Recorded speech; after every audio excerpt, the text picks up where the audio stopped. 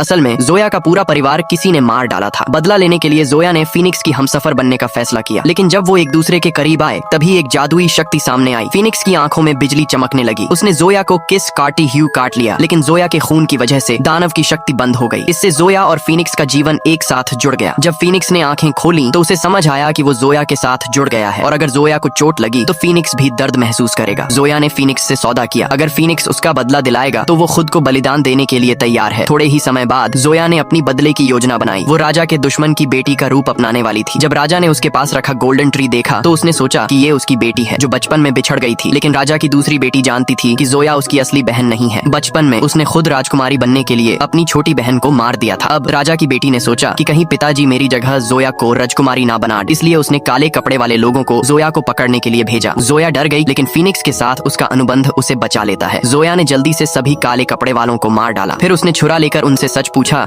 कि असली मास्टरमाइंड कौन है। फीनिक्स ने देखा कि जोया दिल से बहुत अच्छी है तो उसने तुरंत काले कपड़े वालों को खत्म कर दिया। अब जोया राजा के महल में घुस गई। वहाँ जोया राजा की बेटी के साथ जुड़ गई, लेकिन तभी उसे पता चला कि असल मास्टरमाइंड राजा की बेटी ही थी। राजा की बेटी ने पूछा, तुम कौन हो? ये आधा लॉकेट तुमने कहाँ से लिया? और राजा की बेटी ने उसे थप्पड़ मार दिया। सोचा कि कुछ पहाड़ी डाकू भेजकर उसे मार देंगे, लेकिन जोया आसान लड़की नहीं थी। जब राजा की बेटी ने देखा कि जोया बिना चोट के खड़ी है तो उसने डर कर फीनिक्स की ताकत को भी महसूस किया और अब उसने समझा कि जोया को हल्के में लेना मुश्किल है। यहीं से असली रहस्य शुरू होता है। क्या जोया इस महल के षड्यंत्र से बच पाएगी? जानने के लिए देखना होगा पार्ट 4। मिस ना हो इसलिए चैनल को सब्सक्राइब जरूर कर।